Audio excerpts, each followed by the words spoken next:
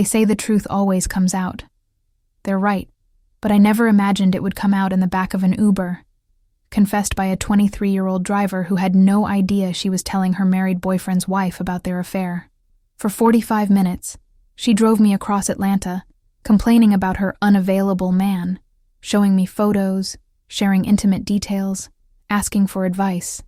And with every word, every mile, every traffic light, I realized she was talking about my husband. This is the story of the longest, most devastating Uber ride of my life, and how I used everything she told me to destroy him. My name is Kenya Washington, and I need to start this story by telling you that I'm not the kind of woman who gets played. Or at least, I didn't think I was. I grew up in Atlanta, the daughter of 2 doctors, my mother an OBGYN, my father a cardiologist. I went to Spelman College, graduated magna cum laude with a degree in finance. I worked at Goldman Sachs in New York for 3 years, before moving back to Atlanta to be closer to family. I was smart, successful, the kind of woman who had her life mapped out in color-coded spreadsheets. I thought I had everything under control. I thought I could spot a liar from a mile away. I thought I was too intelligent, too aware, too careful to ever be the wife who doesn't know. I was wrong. I met Terrence Washington when I was 29, and he was 31. We were both at a Morehouse Spelman alumni mixer in Buckhead. He was a software engineer at a major tech company, making excellent money, drove a BMW, wore designer clothes. He was fine, 6'2", athletic build, smooth dark skin, that confident swagger that successful black men in Atlanta have perfected. "You're beautiful," he said, approaching me at the bar, "but you probably hear that all the time." "I do," I said, because I wasn't going to play modest. "But I don't hear it from men who can actually hold a conversation. Most of them lead with beauty and have nothing to follow up with." He laughed. "Challenge accepted. Let me buy you a drink and prove I can do more than state the obvious." We talked for 3 hours that night, about our careers, our families, our goals. He wanted to start his own tech company eventually. I wanted to move into venture capital, invest in Black-owned businesses. We both wanted to build wealth, create legacy, be the ancestors our descendants would be proud of. "You're different," he said at the end of the night. "Most women I meet in Atlanta are just looking for a man with money. You already have your own money. You're looking for a partner. Are you that partner?" I asked. "I'd like to be," he said. We dated for 2 years. Good years, exciting years. We traveled, Dubai, Paris, Ghana. We went to charity galas and networking events. We talked about merging our finances, our lives, our futures. When he proposed, on a private rooftop in Midtown with a view of the skyline, I said yes without hesitation. We got married at the Georgian Terrace Hotel. 250 guests, an ice sculpture, a 10-piece band. My dress cost $35,000. It was everything an Atlanta wedding should be. Elegant, expensive, impressive. My parents cried. His parents smiled their approval. Everyone said we were the perfect power couple. We bought a house in Cascade Heights, one of Atlanta's premier Black neighborhoods. 5 bedrooms, a chef's kitchen, a backyard perfect for the children we planned to have. We furnished it beautifully, hosted Sunday dinners, lived the life we'd designed. For 3 years, I thought we were happy. I thought we were partners. I thought we were building something real. I should have noticed the signs. Looking back, they were everywhere. Terrence started working later and later. "Big project," he'd say. "Tight deadline. You know how it is." I did know how it was. I was working long hours, too, trying to make partner at my venture capital firm. So when he texted that he'd be home at 11 p.m., I believed him. When he said he had to travel to San Francisco for a tech conference, I didn't question it. When he started going to the gym at odd hours, 6 a.m. before work, sometimes 9 p.m. after dinner, I thought he was just committed to his health. Our sex life diminished. From 3 times a week, to once a week, to twice a month. When I tried to initiate, he was always tired, stressed, had an early meeting. "This project is killing me," he'd say. "Once it's done, we'll reconnect. I promise." I believed him because I wanted to. because confronting the alternative, that my husband was pulling away from me, was too painful to consider. The truth revealed itself on a Tuesday evening in October. I was at a client dinner in Buckhead that was supposed to run until 9 p.m.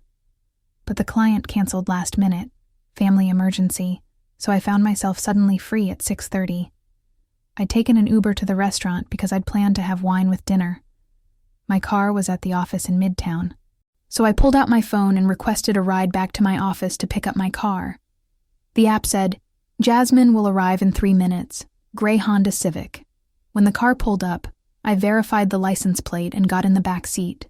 The driver was a young black woman, maybe 23 or 24, wearing athletic wear and a ponytail. Pretty, in that fresh-faced, no-makeup way young women can be. "Kenya?" she asked. "Yes, that's me." "Cool. Headed to Peachtree and 10th, right?" "Yep. Thank you." She pulled into traffic, and I pulled out my laptop, planning to respond to some emails during the ride.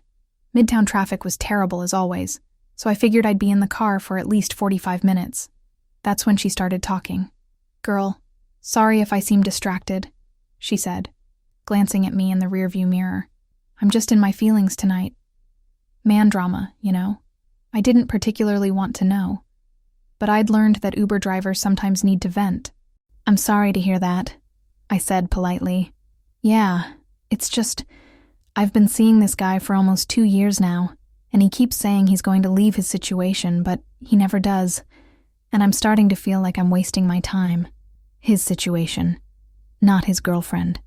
Not his wife. His situation. If he's not leaving his situation after 2 years," I said, still being polite but clear, "he's probably not going to. You might want to move on." "That's what my friends say," she sighed. "But it's complicated. He says he loves me. He says he's just waiting for the right time. He takes care of me, you know. Pays my rent, bought me this car, gives me money. He's good to me. Pays her rent. Bought her a car." My stomach tightened. "Does his wife know about you?" I asked, my voice carefully neutral. "Oh, he's not married. He's engaged. And he says the engagement is basically over. They're just waiting to make it official. She's focused on her career, never home. They barely talk. He says they're more like roommates than a couple." The lies. The classic, tired, predictable lies that married men tell their mistresses. "If they're so unhappy," I said, "why doesn't he just end it? Why wait? He says she's connected. Her family has money and it would be messy to break it off right now. He's trying to start his own company, and he needs to maintain certain relationships. Once that's established, he'll leave her.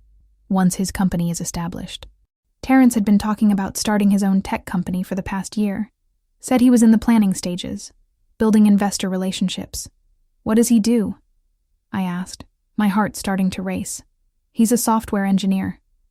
Works at one of the big tech companies here. Really smart, really ambitious. He's going to be somebody, you know? That's why I'm trying to be patient.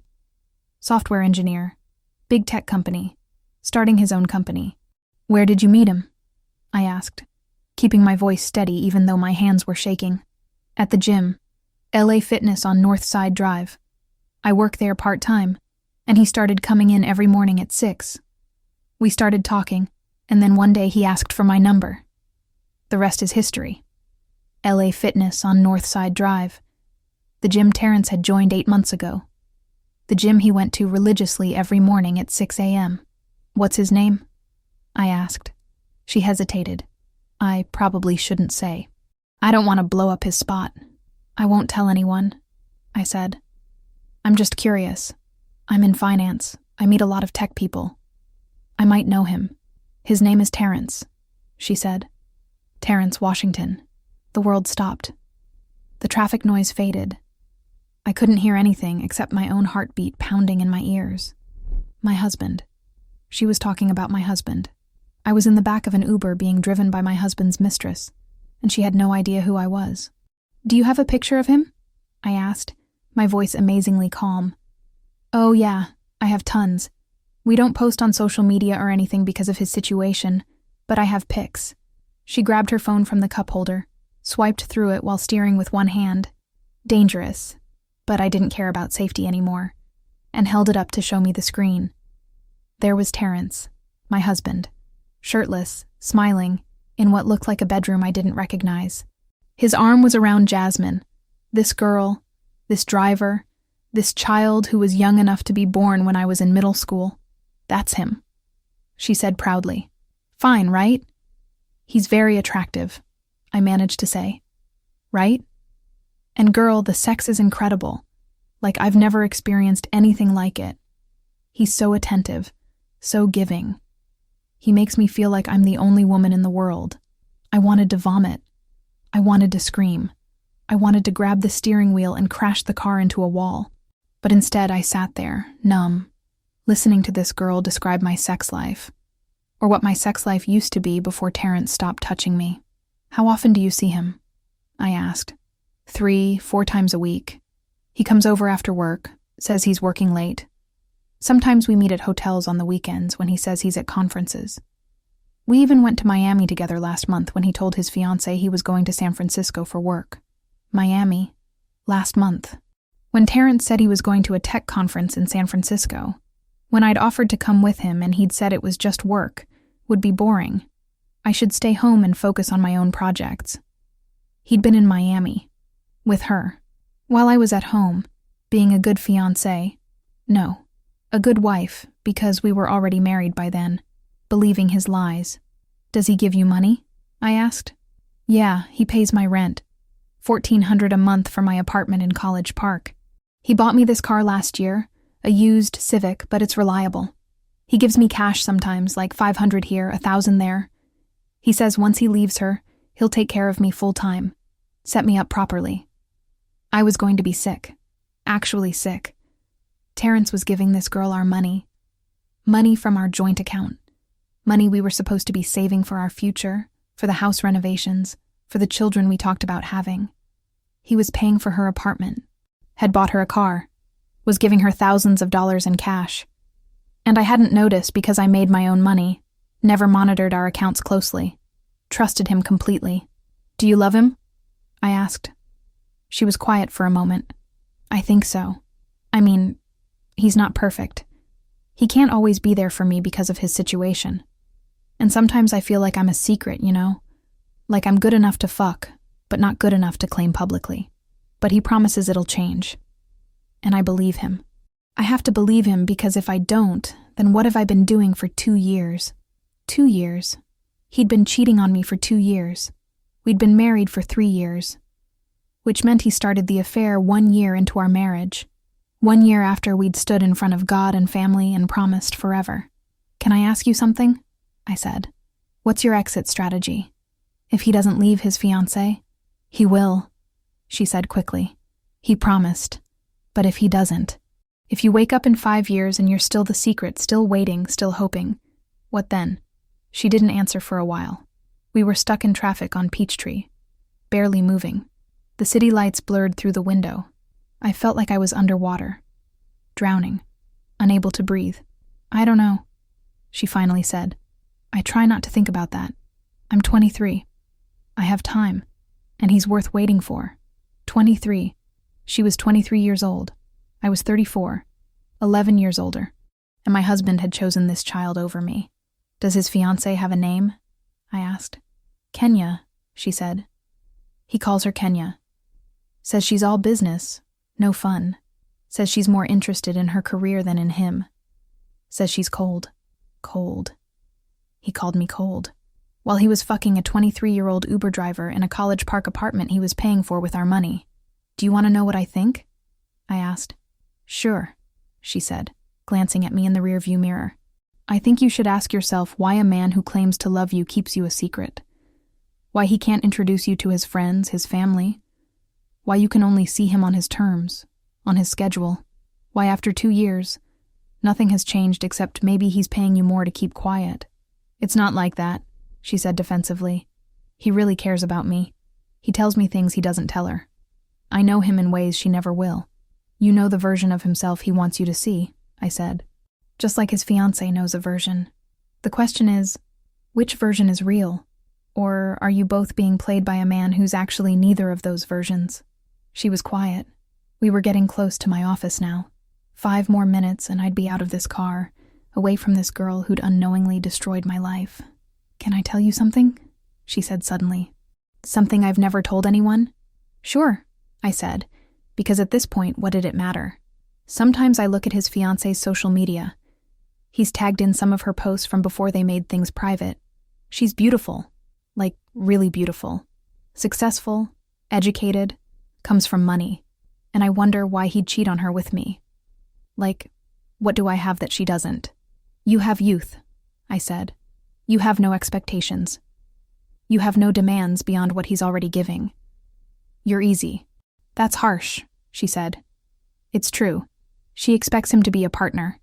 You just expect him to show up occasionally and pay your bills. One of those is a lot more work than the other." We pulled up to my office building. She put the car in park. The ride was over. 45 minutes of my life I'd never get back. 45 minutes of learning the truth from the mistress herself. "Thank you for listening," she said, "and for the advice, even if it was harsh. You seem really smart. You remind me of her, actually. Kenya.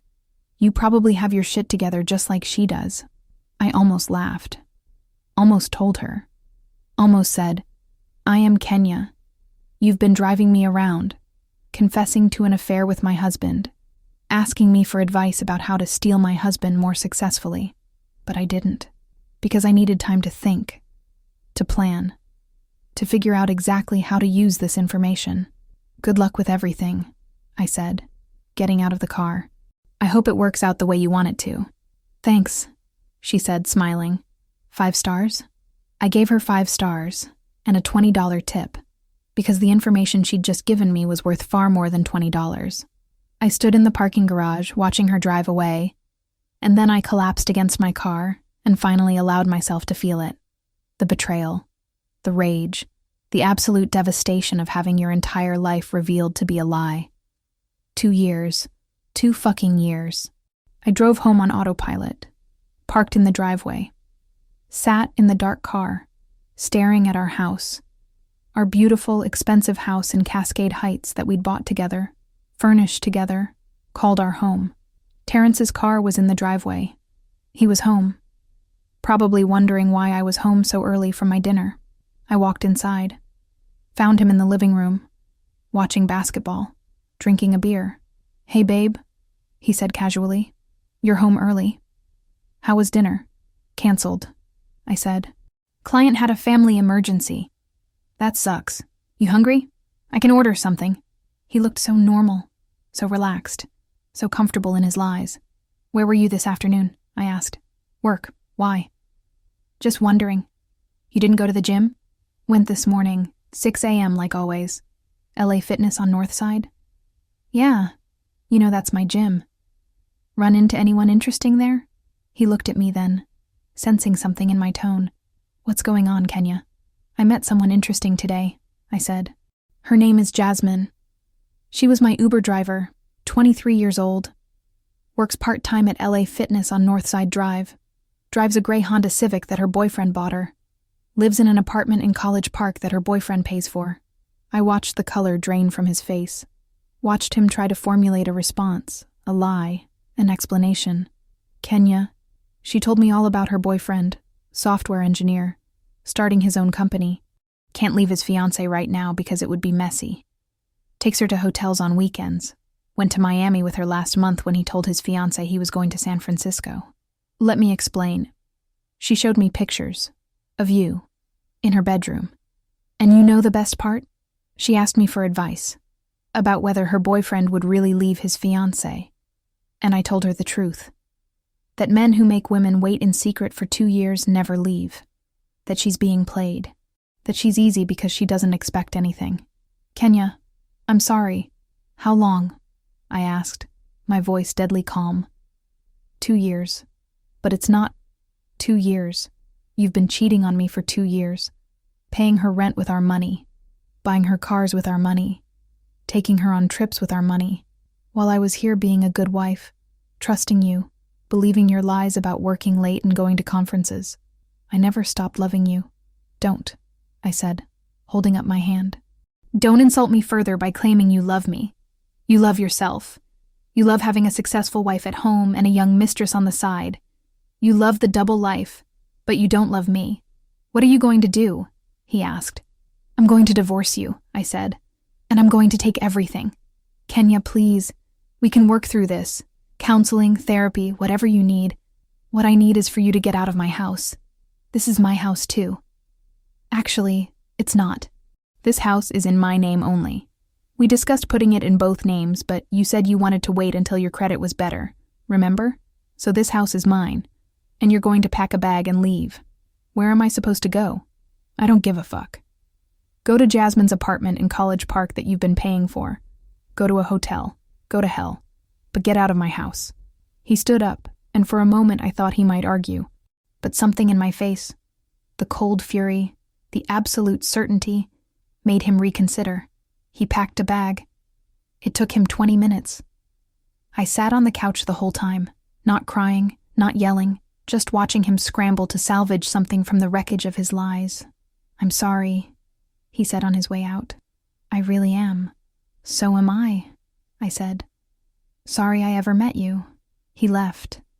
And I sat in that living room until 3 a.m, not crying, just planning. The next morning, I called the best divorce attorney in Atlanta. Her name was Nicole Green, and she'd represented several high-profile divorces in the Black community. He's been having an affair for 2 years, I told her. I have proof. The mistress herself told me everything, thinking I was just a random Uber passenger. She gave me dates, locations, financial details, everything. Georgia is a no-fault state, Nicole said. But adultery can still impact alimony and asset division if we can prove he used marital assets to support the affair. Tell me about your finances. The house was in my name only, worth $850,000 with $400,000 remaining on the mortgage. We had 2 cars, his BMW and my Tesla. We had joint savings of $120,000. His 401k, my 401k, stock portfolios. I'd been the higher earner throughout our marriage, making about $80,000 more per year than him. I want everything, I said. The house, the savings, everything except his 401k and his car, and I want proof of every dollar he spent on her so I can demand reimbursement. We can do that, Nicole said. Georgia law allows us to request reimbursement for marital funds used in affairs. If he was paying her rent, giving her cash, buying her things, that's dissipation of marital assets. We can absolutely go after that. Over the next week, I did something I'd never done before. I stalked my husband. Not physically, but financially. I went through every bank statement, every credit card bill, every receipt I could find. I found evidence of everything Jasmine had told me. Monthly Venmo payments to her of $1,400 labeled rent, cash withdrawals totaling thousands of dollars, hotel charges, restaurants, a car purchase for $8,500 from a used car dealer in College Park, plane tickets to Miami when he was supposedly in San Francisco. I also did something else. I contacted Jasmine. I created a fake Facebook profile and sent her a message. Hey, I was the woman in your Uber last Tuesday, the one you told about your boyfriend. I've been thinking about you and wanted to check in. How are you? She responded within an hour. Oh, wow, hi. I'm okay. Actually, I'm kind of not okay. He ended things. Said his fiancée found out somehow and he needs to focus on saving his relationship. I'm devastated. Of course he ended it. Not because he loved me, but because he got caught. I'm so sorry, I wrote back. That must be really hard. Can I ask you something? You mentioned he'd been supporting you financially. Did he ever put anything in writing? Texts, emails, agreements? Yeah, we texted about rent all the time. And he'd Venmo me with notes like, for rent or car payment. Why? Just thinking you might want to document that, I wrote, in case you need to prove the relationship existed. Sometimes men try to deny everything when they get caught. That's smart, she wrote. Thank you. I had everything I needed. The divorce took 6 months. 6 months of Terrence trying to minimize his affair, claim it meant nothing, argue that he deserved half of everything despite his infidelity. Nicole destroyed him in court. We presented bank statements showing $52,000 spent on Jasmine over 2 years. Rent payments, car purchase, Cash withdrawals, hotel rooms, restaurants, trips. We showed Venmo records with his own notes documenting what the money was for. We even got Jasmine to testify. She didn't want to, but Nicole subpoenaed her. "Mr. Washington told you he'd leave his wife for you?" Nicole asked Jasmine on the stand. "Yes," Jasmine said quietly, not looking at me. "And he supported you financially for 2 years?" "Yes." "Paid your rent? Bought you a car? Gave you cash?" "Yes." "And this was all while he was married to Mrs. Washington?" "I thought they were just engaged." "They were married. The whole time he was with you, he was married to my client." "Did you know that?" "No," Jasmine whispered. "I didn't know." The judge, a no-nonsense black woman in her 60s, was not impressed with Terrence. "Mr. Washington," she said, "you spent over $50,000 of marital funds on an extramarital affair. You lied to both your wife and your mistress. You violated your vows and your fiduciary duty to your marriage. I'm ordering you to reimburse Mrs. Washington the $52,000 you spent on your affair. She will retain the marital home. She will receive 70% of the joint savings. You will keep your 401k and your vehicle, and you will be responsible for your own attorney's fees." Terrence tried to appeal. Nicole shut that down. 8 months after that Uber ride, I was officially divorced. I got the house. I got most of our savings. I got $52,000 reimbursement. I got my freedom. Terrence got his BMW, his 401k, and the knowledge that his affair had cost him everything. And Jasmine, last I heard, she'd moved back to her parents' house in Columbus, Georgia, quit Uber, deleted her social media.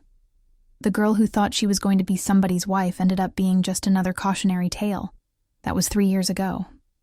I'm 37 now. I still live in the Cascade Heights house, but I've renovated it, made it mine. No traces of Terrence left. I sold his furniture, repainted, redecorated. It's my sanctuary now. I made partner at my venture capital firm last year. I'm one of the youngest black female partners in the industry. I'm investing in black women-owned businesses, building the portfolio I'd always dreamed of. I'm dating someone new. His name is Marcus. He's a professor at Morehouse, and he's honest. Refreshingly, almost annoyingly honest. He can't lie to save his life, which is exactly what I need. Sometimes I think about that Uber ride, about sitting in the back of Jasmine's car, listening to her unknowingly describe my husband's betrayal, about how she had no idea who I was, no idea what she was revealing, and I think about how I kept my composure. Didn't scream, didn't cry, didn't give myself away, just listened, gathered information, and then used it to destroy him. People ask me if I'm bitter, if I hate Terrence. The truth is I don't. I'm grateful. He showed me that I couldn't trust him, that the life we'd built was a performance, that I was stronger alone than I ever was with him. And Jasmine, I don't hate her either. She was 21 when they met, a child. He was a 30-year-old married man who lied to her, used her, and threw her away when he got caught. She was a victim too, even if she didn't know it at the time. My name is Kenya Washington. My husband's side chick was my Uber driver, and she told me everything. She had no idea she was confessing to the wife. She thought she was venting to a stranger who'd give her sympathy and advice. Instead, she gave me evidence. She gave me ammunition. She gave me everything I needed to take him down. And I did. They say the truth always comes out. Sometimes it comes out in a therapist's office. Sometimes it comes out in an explosive confrontation. Sometimes it comes out when someone finds incriminating texts. And sometimes it comes out in the back of an Uber, confessed by a 23-year-old girl who has no idea she's talking to the woman whose life she helped destroy. 3 years later, I'm thriving. He's struggling. She's disappeared. And that gray Honda Civic he bought her, I made sure he had to pay me back for that too. Karma doesn't always come in dramatic explosions. Sometimes it comes in the form of a $52,000 reimbursement check and a judge telling a man that his lies cost him everything. And that's the sweetest revenge of all. If this story gave you chills, please subscribe to my channel. Hit that like button if you believe the truth always comes out, sometimes in the most unexpected ways. And comment below. Have you ever discovered a betrayal in an unexpected way? How did you handle it? Your story matters. Thank you for watching, and remember, trust your gut, document everything, and never be afraid to ask the hard questions.